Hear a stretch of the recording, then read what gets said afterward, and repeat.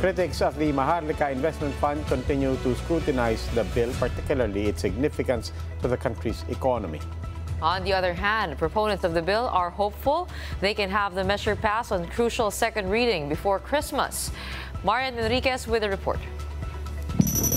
Plenary debates on the Maharlika Investment Fund continued on Wednesday. This time around, Albay Representative Edcel Lagman questioned whether the bill is part of the government's medium-term fiscal framework. This framework serves as a blueprint for the Marcos administration in terms of managing the economy. It is not part of the medium-term. It is not explicitly done in the MTF. It was not explicitly stated. However, the MTF.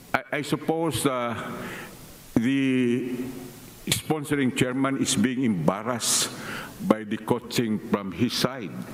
Because probably those who are coaching him can come forward and then answer directly my interpellation. His fellow Albay lawmaker Joey Salceda had this to say. This fund, in fact, was already discussed in the DBCC, and in so doing, that DBCC deliberation already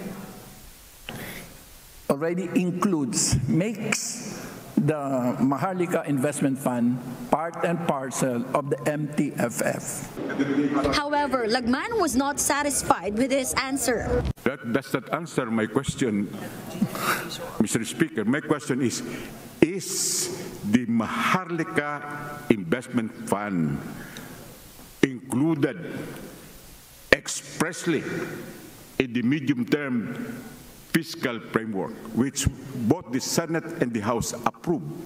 In the version that the House approved, no. No. How about in the version approved by the Senate? No. No. Why is this so? Is it because it's a medium term and the Maharlika Investment Fund is supposed to be a long-term investment? Lagman also argued that economic conditions at the moment are not ideal to come up with a sovereign wealth fund, unlike during the time of President Noynoy Aquino, where it was first proposed. Because of this, Lagman insists that it is not the right time to push for the Maharlika Investment Fund. While the Philippines, may I reiterate, has no surplus in revenues, in fact, we have a deficit. We have a surfeit negative economic terminators. We are lagging in the socio-economic services among the Asian countries with respect to education, employment, healthcare, and human development. He also appealed to his fellow lawmakers to take the time this holiday to go over the bill. I beg the leadership that since we are going to a Christmas break of more than 1 month, to afford members of the House to consult with their constituents on the pros and cons of the Maharlika bill.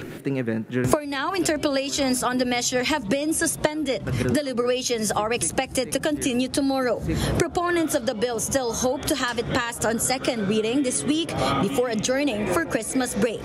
For News 5, Marian Enriquez, we are One News. Now, back again with us to give us his insights on the plenary arguments on the Maharlika bill is Camarines Sur Representative Gabriel Bordado Jr. He joins us over the phone. Good evening. Welcome once again to The Big Story, sir. Good evening, Roby. Good evening, Gretchen. Good evening to the listeners of this program. So, yes.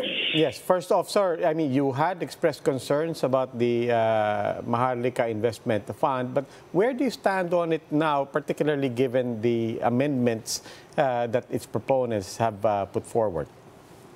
Yeah, actually, there had been a lot of versions of this bill, and I was actually listening to the interpellation being done by Congressman Edcel Lagman this afternoon. Actually, we virtually have the same stand on this issue. When I gave the manifestation yesterday, And I was listening to him, and he was also saying something about the timing. Our economy is really in bad shape because of the pandemic. The national debt stands at more than 13 trillion pesos, and we have trade deficits. So I don't think the situation merits this particular move to come up with the Maharlika Investment Fund. Well, on the issue of timing, there are those who say that this might be the perfect time to invest, given the markets are low, the markets are down, and also we have people in Congress saying that also this will be used for big-ticket government projects for the Marcos administration's medium to long-term plans. What are your thoughts on that? But the problem, Gretchen, is where shall we get the capitalization for this?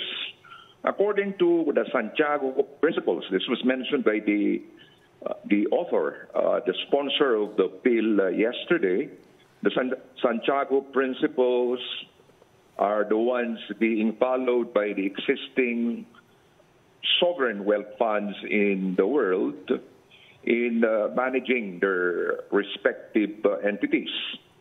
According to the Santiago Principles, sovereign wealth funds should consist of fiscal stabilization funds, savings funds, development funds, and pension reserve funds without explicit pension liabilities. And I was putting emphasis on without explicit pension liabilities because in the previous version, the Social Security System, or the SSS, and the Government Service Insurance System, or the GSIS, were included in the sources of the Maharlika Investment Fund. I was telling my colleagues, we cannot put the future of our pensioners in limbo. Allocating billions of pesos of pension funds from both the SSS and the GSIS would have been too risky. And I lauded the authors of the bill for finally excluding the SSS and the GSIS from the sources of funds of the MIF. Yes, I mean, Congressman, but that's on the fiscal side. As you well know, there are two sides to the main concerns of people here, the fiscal side and then the governance side. There are amendments that have been accepted by the proponents. Key among them, the president no longer being the chairman for this, although it will remain to be the Secretary of Finance. I don't know where we stand with regards to exemptions on regulatory laws, particularly the GOCC law, standardization law, salary standardization law, and so on. I guess the question to you, sir, on the governance side, are there still red flags? Of course, there are a lot of red flags, but we are waiting. We are waiting for the final configuration of this particular bill. But in my manifestation, I did not specifically focus on these red flags. But in the interpellation of Congressman Edcel Lagman this afternoon, I think he mentioned some red flags regarding the governance of that particular entity. But insofar as I am concerned, I was at the outset looking at the SSS and GSIS being considered as sources of funding, and I really could not accept that. And it's good that the authors of the bill finally came up with a decision to, well, exclude SSS and GSIS. But I do hope the governance thing will come in. And I was listening to what Congressman Edcel Lagman was saying this afternoon.